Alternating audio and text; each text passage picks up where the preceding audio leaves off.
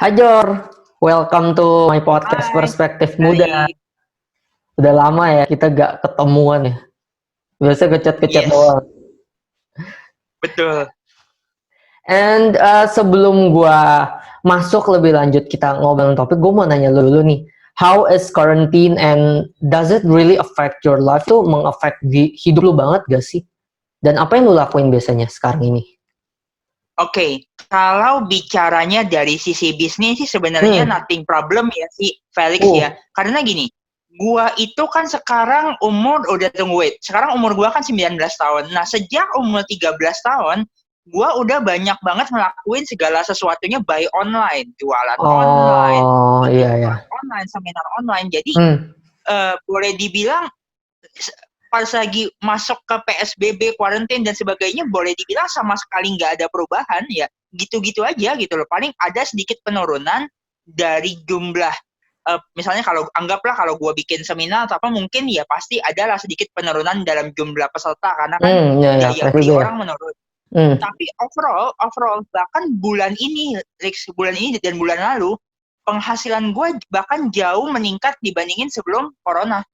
Wih, Overall. wih. That's an interesting topic. Gue gak tahu kita keburu gak bahas sekarang atau enggak, but that's an interesting topic waktu kita bahas mungkin ke bisnis tuh. Dan jadi apa aja yang lu lakuin di masa COVID ini, orang bilang, wah ini nih masa krisis bisnis gitu kan. Kayak, wow gimana nih bisnis berjalan, malah lu bisa dapat profit yang lebih. Nah, we'll discuss it more. Tapi gue mau narik ke topik kita dulu yang kali ini dan mau flashback sedikit. I know you since gue join di pengembangan diri lah ya, di sekolah pengembangan diri, dan gue ketemu lu di sana Yes. karena waktu itu lu sebagai pembicara juga kan diundang. Dan di sana lu sempat bilang Betul. kayak tentang pengalaman masa kecil lu dibully dan lain sebagainya. Can you tell me a little bit about that? Kayak itu gimana sih awalnya Oke, dan kenapa penyebabnya?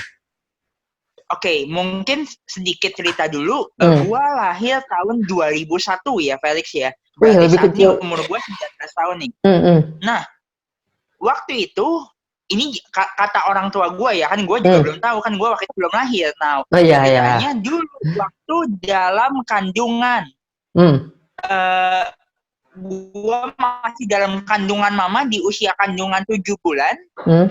gua keracunan air ketuban mama. Jadi waktu itu Waduh. gua keminum lah air ketubannya mama. Nah, Hmm. akhirnya waktu itu gue lahir dengan satu penyakit mata yang disebut low vision. Tolong ya, Felix ya, dicatat low vision. Low Bukan low vision. budget, apalagi low fat. Tolong. Nah, Siap. low vision ini membuat gue jadi nggak bisa ngelihat jarak jauh, bahkan jarak gue kalau lagi ngebaca, let's say misalnya baca handphone atau baca buku, itu paling cuma berkisar 5 cm, Felix. Kecil banget. Wih.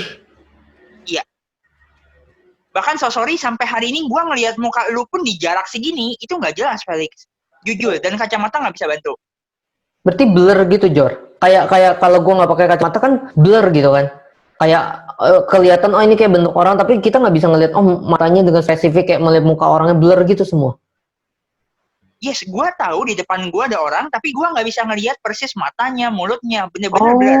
Nah, Oh. mungkin buat lu dan para pendengar podcastnya Felix nih yang belum tahu what is low vision ya, singkatnya gini, low vision itu sebetulnya jenisnya banyak, Felix. Orang yang kena katarak, orang kena glaukoma, kita bisa define mereka juga sebagai penderita low vision.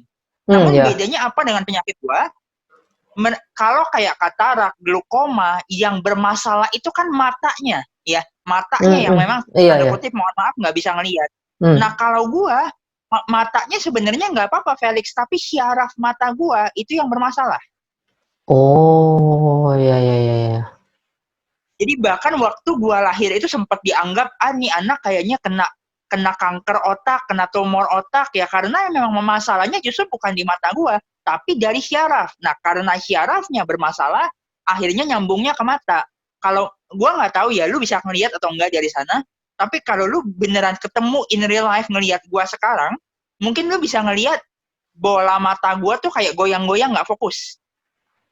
Oh iya ya ya ya ya ya. Pas ngomong ya gue perhatiin ya. Dia kayak gerak gitu kan. Betul. Nah, inilah masalah yang gue alami. Nah, tapi Felix, awalnya orang tua gue nggak tahu soal hal-hal begini. Orang tua gue tepatnya masih nggak nyadar lah akan hal ini. Yeah. Nah, bahkan orang tua gue tuh sempat berpikir gue tuh autis, Felix. Ini jujur ya. Nah, kira-kira di usia 2 tahun, orang tua gue mulai ngeliat nih, kok cara si Joldi jalan, cara si Joldi menatap objek, dan lain-lain kok nggak seperti anak umur 2 tahun pada umumnya. Nah, akhirnya di umur segitu gue dibawa untuk melakukan tes MRI, ya. Gue melakukan tes MRI di salah satu dokter mata yang paling terkenal lah di Indonesia waktu itu. Nah, jujur waktu itu hasilnya lumayan mengejutkan tuh Felix. Antara dua waktu itu. Dokter vonis hidup gue bisa jadi tinggal 6 bulan lagi, ya. Atau kalau gue bisa hidup lebih lama, mungkin gue akan buta total. Menyeramkan ya, lumayan menyeramkan juga kan. Nah, namun akhirnya puji Tuhan, 6 months setelah itu, semua vonis dokter lewat, kita kembali lagi ke dokter tersebut, kita bilang nih, semua vonisan lu nggak terjadi gitu ya. Nih anak masih hidup, nih anak nggak buta. Nah itu. Nah, cuman justru masalah terbesar gue, Lex, itu bukan usia 2 tahun itu. Gue pertama kali mengalami yang namanya bullying itu waktu umur 5 tahun. Waktu umur 5 tahun, waktu umur 6 tahun, pada saat gue masuk TK. Gue inget banget dulu, bullyingnya dari dua, Felix. Dari bullying dari temen dan bullying dari guru. Gue inget banget dulu. Guru? Iya, beneran. Sumpah? Yes. Kenapa tuh? Iya.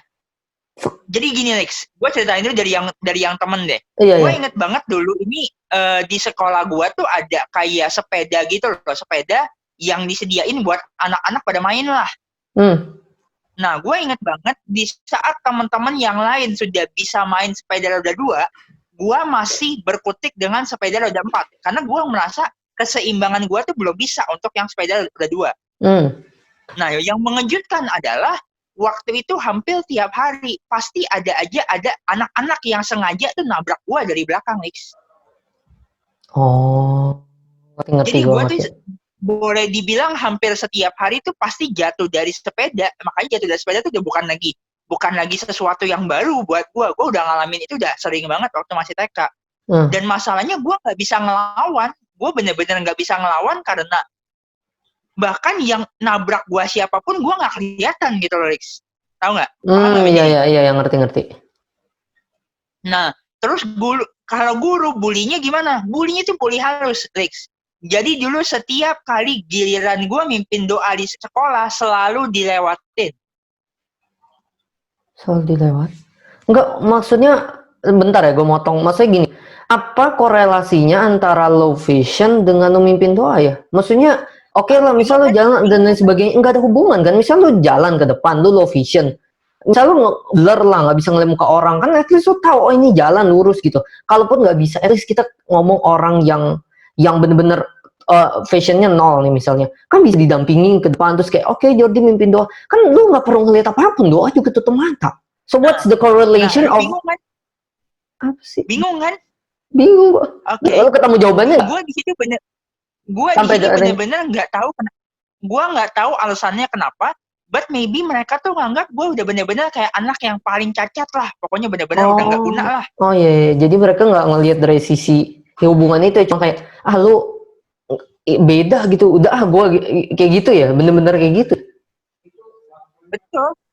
Kira-kira kayak gitu. Nah, karena kejadian itu, Felix, akhirnya bokap nyokap gue bilang nih, Jo, kamu mesti cari SD, abis ini SD yang muridnya lebih sedikit, dengan harapan waktu itu 2, Felix. Gue bisa bersosialisasi sama teman-teman, dan yang kedua bisa dapat perhatian lebih dari guru-guru. Ya. Nah, kelas 1, kelas 2, kelas 3, dan kelas 4 boleh dibilang gue menjalani masa-masa anak-anak gue dengan biasa-biasa aja. Dibilang parah banget enggak, tapi juga dibilang hebat banget enggak. Overall kalau bicara pelajaran sih gue kelas 1 sampai kelas 4 nggak pernah merah, Felix. Nilai gue selalu 8, 9, 10, 8, 9, 10. Nggak pernah di bawah itu. Puji Tuhan untungnya itu. Bagus sih. Bentar. Berarti pas buat lu misal ngerjain soal gitu, itu kan cuma deket ya jaraknya, berarti masih kelihatan ya untuk itu ya? There's no problem with you answering question gitu, test dan lain sebagainya. Waktu masih SD, ini menjadi masa-masa terberat gua sih sebenarnya, Lex. Jadi gini, sekolah gua itu kan sekolah kecil, otomatis ruangan-ruangan kelasnya pun kan kecil. Nah, gua ditaruh duduk di bagian paling depan. Meskipun sebenarnya jarak antara bangku gua, antara meja gua sama papan tulis paling cuman berkisar 1-2 meter, which is itu sebenarnya cukup pendek kan, Lex? Iya. Cuman karena emang dasarnya gua nggak kelihatan, jadi setiap kali guru nulis di papan tulis,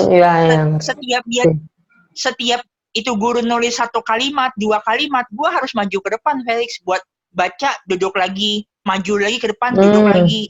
Dan itu setiap hari gua harus lakukan itu. Tapi guru lu at least di situ mensupport lu nggak, mendukung lu nggak? Atau it happens? Oh, untungnya gitu. Teman-teman lu, how does they respond? Mereka memang awal-awal seperti kayaknya ngerasa risih gitu. Ini anak ngapain sih mondar-mandir. Cuman lama-lama akhirnya mereka udah mulai terbiasa juga sih. Untungnya itu, Felix. Ini kelas 1 sampai kelas 4 ya. Untungnya itu sih. Ya. Oke, next. Oke. Nah, cuman boleh dibilang waktu itu gue sama sekali tidak punya skill lain di luar dari pelajaran. Jadi nggak ada sesuatu yang bisa dibanggakan lah, Felix, dari gue gitu loh. Paham nggak maksudnya? Ya. Nah, puncaknya, Felix, itu pada saat gua masuk kelas 5 SD. As you know lah, kelas 5 SD itu kan sebetulnya boleh dibilang buat sebagian orang ya, itu masa-masa peralihan dari anak-anak ke remaja, betul nggak? Nah, iya, benar. Mulai kelihatan ya? Gelagat anaknya mulai hilang, mulai agak. Momen ini,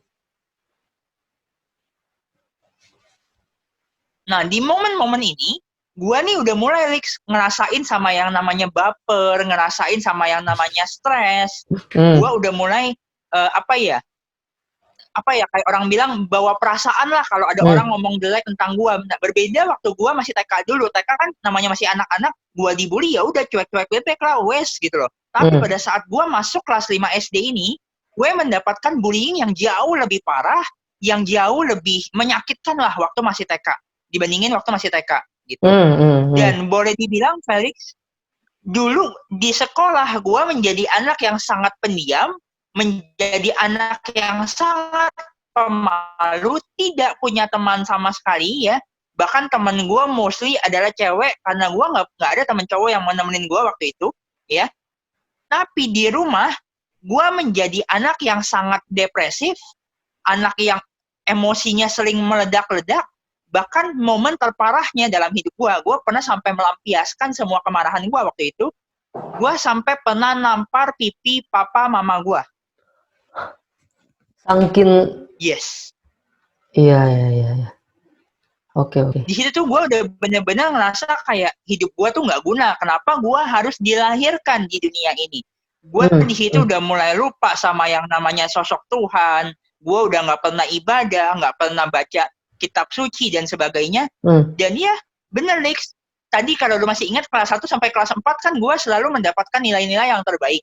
Nah, di kelas 5 SD tadi nilai gue totally berantakan. Gue mulai ngerasain tuh yang namanya dapat ujian matematika nilai 0, terus ujian sains nilai cuma 4, cuma 5. Itu gue udah rasain semua waktu masih kelas 5 SD. Nah, untungnya gimana? Lanjut aja dulu, nggak apa-apa. Lanjut aja dulu, nggak apa-apa. Nah, untungnya karena bokap gue waktu gue kelas 4, kelas 5 SD itu akhirnya bokap gue memutuskan untuk belajar hipnoterapi waktu itu buat nerapi gue kan. Nah, sebelum terlambat, gue diterapi tuh sama bokap setiap hari. Gue diterapi, dikasih sugesti yang positif. Gue dibimbing sama bokap sehingga raksasa yang terpendam dalam diri gue itu bisa muncul. Sampai akhirnya gue nih ada rasa tertarik untuk bisa berubah gitu. Gue ada rasa gue nggak mau selamanya jadi begini terus. Gue mau melakukan sebuah breakthrough dalam hidup gue. Nah akhirnya di kelas 5 SD itu gue yang bahkan maksa orang tua gue bilang, "Pah, Jody mau ikutan seminar ini, Jody mau ikutan seminar itu." Akhirnya malah di situ gue jadi penggila seminar, bro. Wih, nice. Gue jadi belajar digital marketing. Gue akhirnya ikutan patung deh semua ringin. Gue belajar dari banyak motivator yang lain lah seputar digital marketer. Itu pada saat gue start kelas 5 SD itu. Kelas 5 SD? Lu belajar di digital marketing? Wow, itu nanti gue mau bahas lebih spesifik sih tentang itu. Nah, akhirnya di situ gue belajar tentang SEO dan sebagainya. Nah, cuman memang di situ gue prosesnya baru belajar ya, sebelum praktek ke lapangan langsung. Karena waktu itu nah cuman puji Tuhan, akhirnya karena gue sudah berhasil breakthrough, bisa berdamai dengan diri gue sendiri, gue sudah bisa memaafkan teman-teman gue ya, yang dulunya ngebully gue dan sebagainya. Di kelas 6 SD, gue bisa kembali jadi juara kelas, nilai UN paling tinggi satu kelas ya, bahkan rata-rata gue waktu itu ujian nasional 9,6. Wih, nice. Lumayan kan itu. Nice sih. Gitu, Felix. Ini mau lanjut SD atau gimana nih? Mau lanjut setelahnya atau gimana?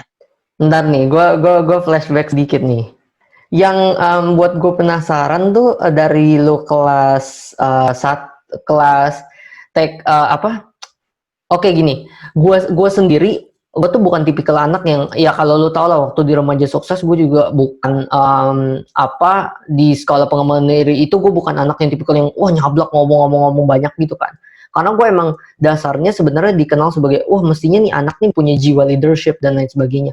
Tapi karena pengaruh sosial dan lain sebagainya, akhirnya gue jadi kayak anak yang introvert, diem gitu kan. Persis sama kayak lo dan teman-teman gue dulu, teman-teman gue dikit gitu-gitu kan.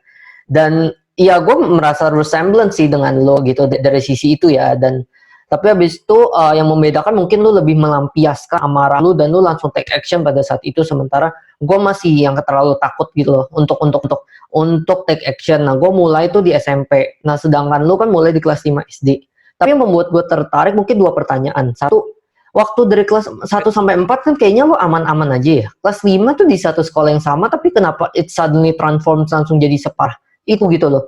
Itu satu. Sama yang kedua, kenapa lo langsung interested di untuk langsung mau join seminar di usia yang saat itu gitu loh. Kayak langsung elite marketing, langsung lo tahu ininya mau kemana. Emang lo udah hobi dari kecil atau gimana? Oke.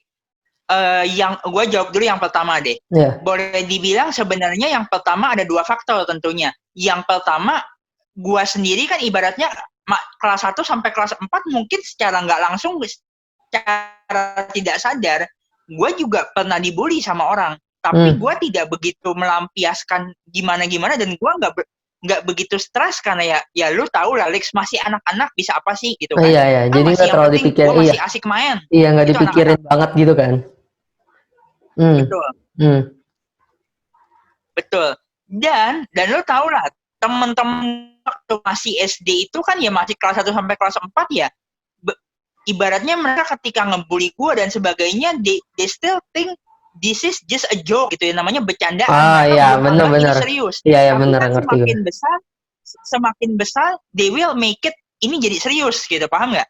Iya, karena sesuatu yang udah terbiasa gitu kan, kayak waktu dulu diem terus ini Felix diem gitu. Terus jadi malas lah sama Felix terlalu diem misal gitu kan. Udah gitu makin gede mereka yang kayak ini orang biasa-biasa aja nih, nggak respon. Gue tambah lah gitu kan. Itu kan biasa kan kayak gitu kan makin gede. Ya, oke, get continue. Betul.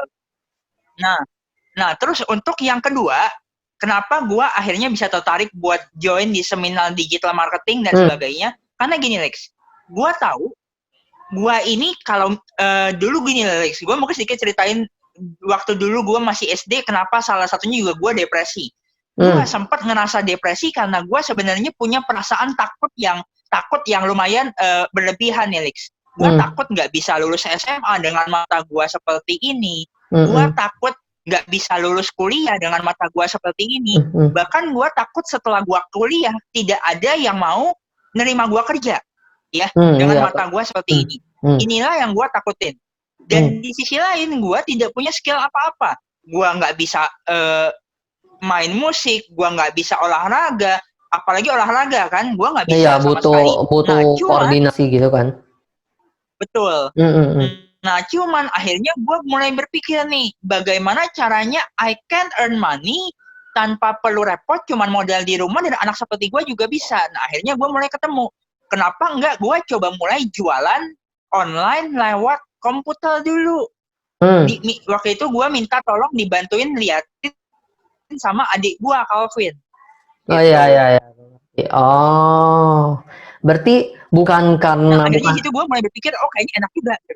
Oh iya sih. Tapi yang menarik perhatian gue ya untuk seorang anak kelas 5 SD, oke lah kita bilang mereka dia udah mulai transisi gitu ya, dia udah mulai going up gitu, oke. Tapi otak anak kelas 5 SD untuk memikirkan cari duit dan dengan begitu efisiennya dan bukan cuma semangat gas doang loh, Jor. Kan banyak tuh yang kayak, oh gue mau nih sukses gini. Apalagi sekarang udah banyak motivasi dan sebagainya, banyak lah gitu kan. Tapi semangat gas cuma seminggu, 2 minggu, abis itu yang membuat gue interested. Mungkin belum ke topiknya si affiliate marketing dulu ya, tapi what makes you want to terjun di situ? Mungkin satu sisi terjawab karena lo dibully itu ya, jadi lo mau cari perbedaan dan mau kerja dari rumah. Tapi ada alasan lain yang membuat diri lo kayak akhirnya tetap memacu diri lo. Mungkin seminggu pertama, oh ya karena Jordi mau beda, Jordi mau gini, Jordi mau gitu, gue mau gak dibully. Tapi apa yang membuat lo untuk terus keep going sih di situ gitu? Kayak itu kan nggak mungkin easy loh for a fifth grader untuk mahamin seminar yang dibawain TDW, Pak TDW, itu kan pasti berat materinya dan sebagainya. Apa sih yang membuat lo untuk keep going terus? Intinya sebenarnya waktu itu satu, Lex. Gue ingin membuktikan bahwa lu nih semua yang pada ngebully gue itu lu salah besar gitu loh. Gue bisa melakukan yang jauh lebih besar dibandingin lu. Karena gini, Lex, dulu gue inget banget waktu kelas 5 SD itu mungkin juga lu ngalamin masa-masa ini. Ini lagi sempat ngetren banget yang namanya handphone BlackBerry. Iya, benar. Iya.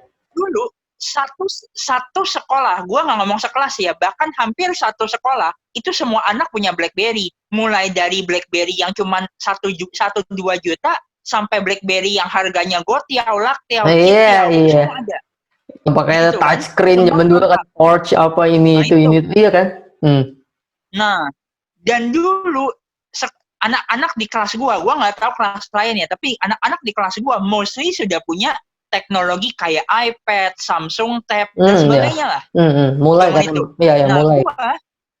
Gua dulu boleh dibilang sering dibully sama mereka karena gue diomongin gini, lu katanya orang kaya, katanya bapak lu punya duit, tapi kenapa lu nggak bisa beli handphone, lu kenapa nggak beli tab, nggak beli iPad dan sebagainya. Nah, jujur di sini gue sebenarnya ada rasa beban, Lex. Bukannya tanda kutip bukannya gue nggak mampu beli, gue sangat mampu beli, orang tua gue sangat mampu beli. Tapi gue seandainya beli pun buat apa? Karena gue nih nggak bisa mencet-mencet BlackBerry yang keyboardnya kecil-kecil dan sebagainya. Itu udah nggak guna punya buat gue. Nah, itu akhirnya gue mendapatkan bullying dan sebagainya. Oh, tapi for that young age menurut gue hingga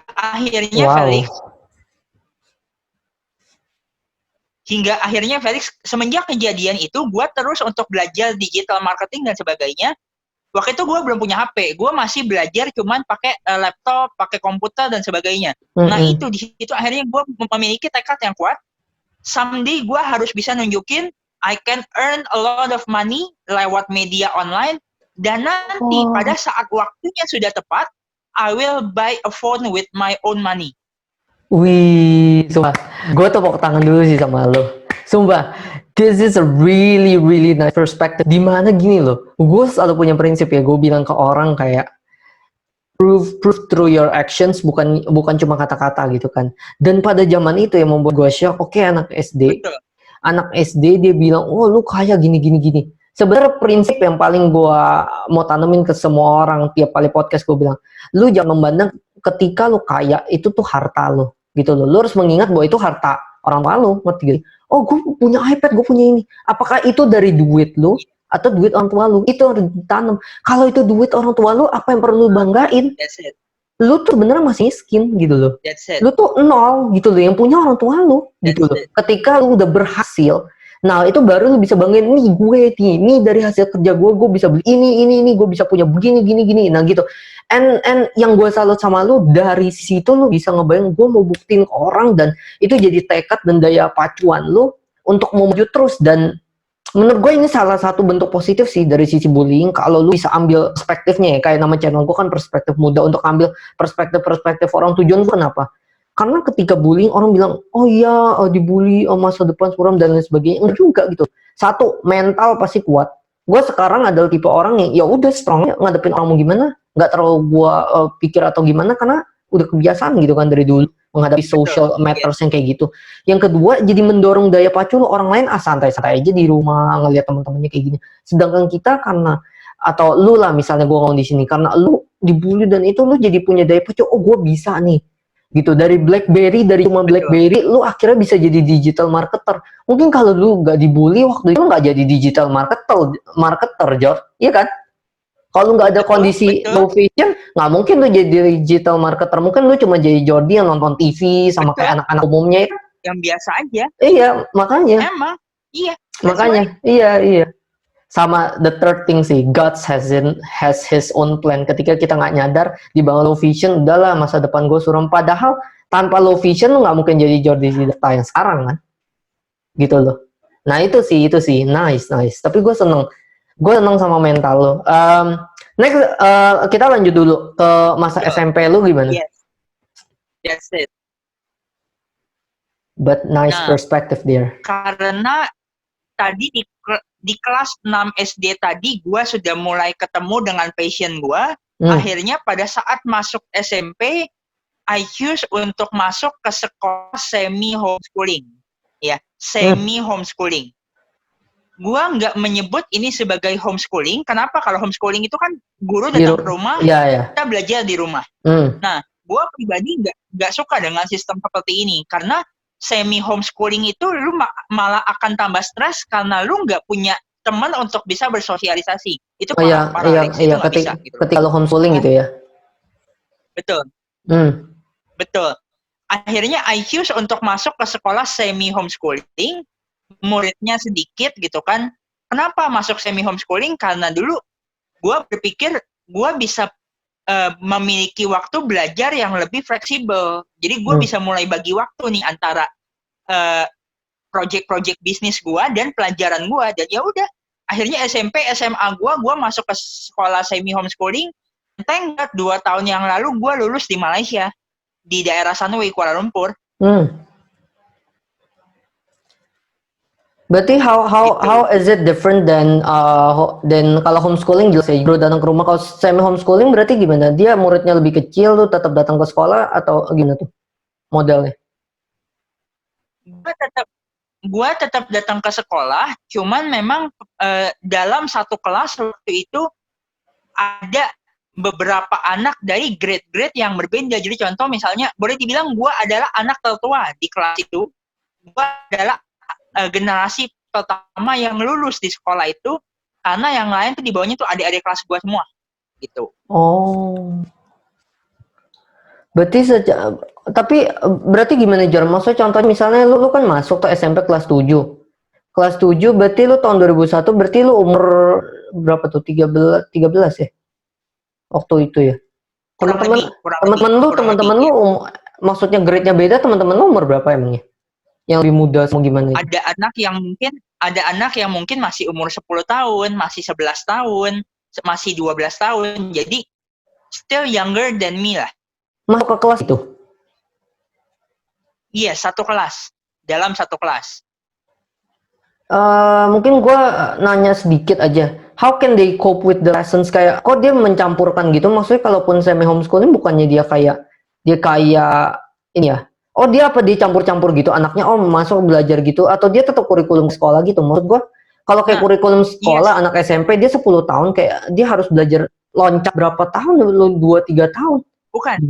Bukan gitu, Lex. Jadi gini loh, kita semua nih belajarnya pakai online. Jadi kita nyampe di sana tuh dapat kayak workbook, dapat sejenis kayak e-learning gitulah dari pakai laptop kita. Iya, iya, iya. Jadi kita masing-masing ya akses pelajaran masing-masing. Oh, ngerti. Yes, dan ini tentunya juga jauh lebih enak buat gua karena gua nggak perlu ngelihat ke papan tulis, gua nggak perlu ngelihat ke segala macam jarak jauh. Ini sangat-sangat membantu buat gue sih, Felix. Jadi ibaratnya gue meskipun asli gue sendiri mengakuin capek juga dari jam 9 pagi sampai jam 3 sore terus-menerus di depan laptop belajar tuh capek juga. Cuman untungnya gue cari laptop khusus lah yang antara jarak gue dengan si monitornya itu nggak begitu jauh. Jadi everything cukup membantu sih dibandingin gue harus ibaratnya 5-6 tahun menderita lihat papan tulis tetap jauh lebih enak seperti ini. Iya sih, bener. Dan itu juga memudahkan lu karena tetap lu bersosialisasi kan, lu tetap ketemu sama orang-orang itu dan kalian belajar pelajaran kalian masing-masing, lu yang kelas 7, dia umur 10 tahun belajar pelajaran 10 tahun dan membantu low vision lu juga kan, berarti kan itu. Ya killing two birds with one stone lah. Dan satu lagi yang waktu itu jujur yang gue senang banget sebenarnya sekolah di sana adalah gue boleh dibilang akhirnya menjadi panutan buat adik-adik kelas gue. Gue suka diminta buat sharing, buat berbagi motivasi, ilmu public speaking. Akhirnya di situ gue nggak cuma sekolah, tapi juga gue bisa jadi berkat untuk banyak orang. Wih, nice. Malah orang jadi, mungkin karena lingkupnya sangat kecil, cuma beberapa orang, mereka jadi lebih mengenal lu dan lebih menghormati lu, respect dengan semua yang udah lu achieve gitu kan. Bukan kayak, ih Jordi aneh gitu atau gimana, bukan dari situ, tapi kayak, wih gila nih kakak kelas gue udah bisa ikut minder ini, udah bisa gini, bisa gitu, bisa gini, dengan bahkan apabila dulu, disability yang lu punya gitu kan, tapi lu kayak tetap bisa gitu. Yes, bahkan dulu gue dipanggilnya si Koko segala murid, karena emang ya gue paling tua dan gue adalah generasi pertama gitu. Nice. Oh berarti SMP lu full kayak gitu tuh? SMP, SMA, dua-duanya. Oh berarti starting from SMP udah jauh lebih enak dong, nggak perlu ngeliat papan tulis, dan teman-temannya juga lebih respect, lebih positive environment lah, yang akhirnya juga mendorong lu juga kan, mendukung lu menjadi orang yang lebih positif, orang lebih bagus, ibaratnya terobati lah secara perlahan dari aspek mentalitasnya juga kan, dari psikologinya juga. Oh berarti dari sana. Yang itu tuh di luar negeri yang lu bilang di Malaysia itu ya, Jor? Yang itu. 2 tahun lalu gua. Jadi kebetulan sistem semi homeschooling gua ini, Lex, itu asal sistemnya dari Malaysia, dari Kuala Lumpur. Nah, so 2 tahun yang lalu akhirnya gua berhasil graduation di sana langsung di Malaysia, dan it's really happy karena gua sama waktu itu orang Indonesia itu cuma 2 orang, gua sama adik gua, yang lain semuanya orang sana asli semuanya. I'm so happy benar-benar ngerasain keren. Yang namanya graduation, sebelah gua tuh ada orang, mungkin orang asli orang Hokkien, asli orang Kanton, ada orang India. Itu mantap banget. Wih, asik loh. Apa ya, dapat pengalaman yang beda sih dari anak-anak umumnya yang kita sekolah di sekolah yang formal Indonesia semua. Ini lu dapat di satu sisi you got another bonus, kayak lu dapat relasi-relasi yang banyak berarti. Orang-orang dari segala penjuru juga gitu loh. Yes. Betul. Keren. Oh berarti dari sana lu berarti sekarang langsung fokus ke bisnis atau lu sambil kuliah, Jor? Gua tidak memutuskan untuk kuliah, Felix, karena sebenarnya gini, nomor 1, kalau gua ngambil kuliah sekalipun, boleh digaransi gua tidak bisa mengikuti pelajaran dengan baik. Kenapa? Karena kan kembali lagi, ngelihat papan tulis, ngelihat slide. Kalau seandainya gua kuliahnya berantakan, bisnisnya pun akan berantakan. Nah, that's why orang tua gua bilang, ya udahlah Jo, dibandingin nantinya malah dua-duanya berantakan, mendingan kamu fokus ke bidang yang memang sudah bidangnya kamu jalanin usaha ya usaha aja gitu. Iya. Karena daripada lu fokus ke papan tulis ngikutin itu, nanti lu juga nggak bisa nyatet dan kesusahan lagi. Balik lagi ke masa-masa lu yang dulu gitu kan. Dan thank God Felix, orang tua dukung banget ya. Orang tua itu dari dulu bukan tipe orang yang kamu harus SD, SMP, SMA, kuliah, kerja. Oh Nah, iya itu iya. bukan. Iya. Gue adalah tipe orang yang memberikan kebebasan. Apa yang baik buat gue, apa yang paling the best buat gue selama memang itu masih di jalan yang positif dan masih dalam pengawasan orang tua, ya go ahead gitu. Wih, nice sih, nice. Itu satu lagi berkat buat lo sih itu dari Tuhan. Kayak dapat orang tua yang se-open minded itu dan melihat anaknya dari aspek penuh potensi gitu kan. Bukan kayak, oh anak gue gimana, bukan pikir fokus ke problem, tapi fokus ke finding solution and finding potential si anak gitu loh. Sehingga ketika lo sebagai flashback dikit, ketika lo kelas 5 SD lo minta seminar, bukan ini anak mau main-main, tapi ini anak bener-bener mau tekad, mau komitmen, nunjukin dedikasi, dan orang tua lo se-open minded itu, dan oke, anak gue punya potensi dan dia kepengen di situ. Itu satu dari sisi orang tua lo. Dan dari sisi lo yang gue balik lagi gue salut sama lo tuh, dari otak kelas 5 SD tapi punya komitmen segitu, punya dedikasi segitu, yang notabene orang mungkin baru mikir karir, baru mikir kerja cari duit mungkin SMP, SMA lah gitu. Sedangkan tuh di otak anak kelas 5 SD yang mesti nyonasin nonton kartun dan lain sebagainya, lu udah kayak gue mau gini, gue mau gitu, gue mau gini, gue mau gitu.